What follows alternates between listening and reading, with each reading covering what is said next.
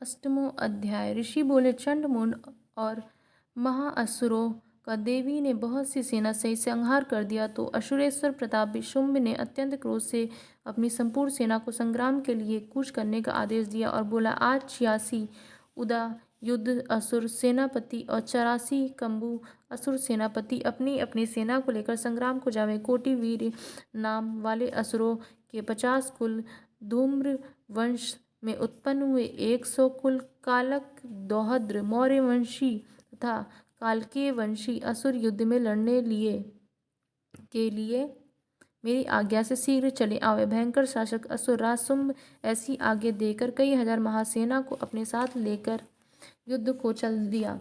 उसकी भयानक सेना को चंडिका देवी ने अपनी ओर आता देख धनुष की टंकार से पृथ्वी और आकाश की को गुजा दिया। हे नृप, तदंतर सिंह ने भी भयंकर गर्जना की और चंडिका ने अपना घंटा बजाकर दुना शब्द कर दिया।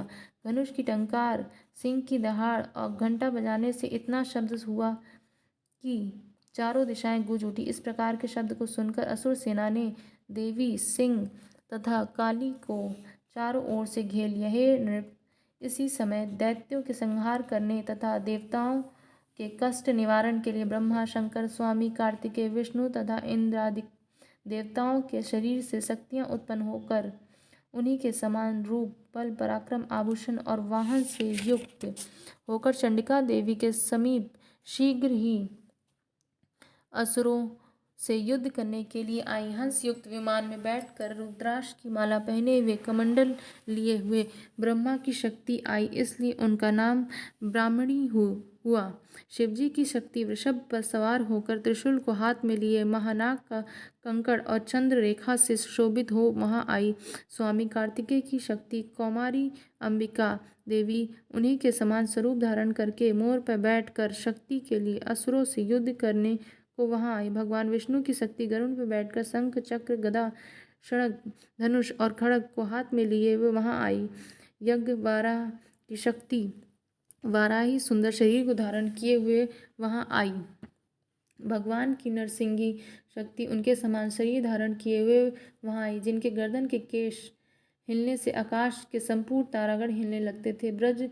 वज्र को हिले लिए शस्त्र नेत्रों वाली इंद्र की ऐन्द्री शक्ति ऐरावत हाथी पर सवार होकर युद्ध में आई। फिर देवी शक्तियों सहित चंडिका देवी से महादेव जी ने कहा कि मेरी प्रसन्नता के लिए तुम इन असुरों का विनाश करो। तत्पश्चात देवी के शरीर से अत्यंत उग्र स्वरूप धारण किए हुए चंडिका शक्ति प्रकट हुई, जिसकी चिंकार सैकड़ों गीदड़ों के समान थी। उस अपराजिता देवी ने धूम्र वर्ण जटा वाले शंकर जी से कहा, हे भगवान, आप मेरे दूत बनकर अत्यंत गर्वीले शुंभ, निशुंभ तथा अन्य असुर जो युद्ध करने के लिए वहां उपस्थित हैं उनसे जाकर कहना कि हे असुरों, यदि तुम जीवित रहना चाहते हो तो पाताल लोक चले जाओ, त्रिलोक का राज्य इंद्र को दे दो और देवगणों को यज्ञ भाग का उपभोग करने दो।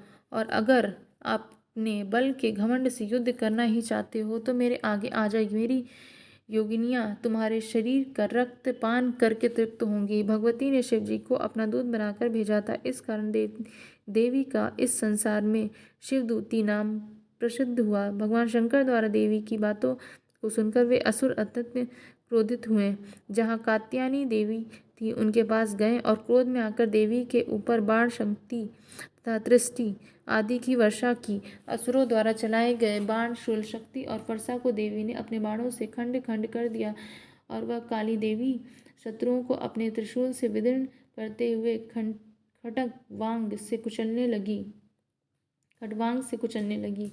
ब्राह्मणी देवी जहाँ जाती वहाँ अपने कमंडल से उन असुरों पर जल छिड़ककर उनके बल, वीर्य, पराक्रम को नष्ट कर देती थी। इस भांति महेश्वरी देवी ने अत्यंत क्रोधित त्रिशूल से, वैष्णवी देवी ने चक्र से और कौमारी देवी ने शक्ति से शत्रुओं का विनाश कर दिया। ऐन्द्री देवी के वज्र प्रहार से सैकड़ों दैत्य कट कट कर पृथ्वी पर गिर पड़े तथा उसके शरीर से रक्त बहने लगे। वाराही देवी ने अपने तुंड प्रहार से ही कुछ असुरों को नष्ट कर दिया।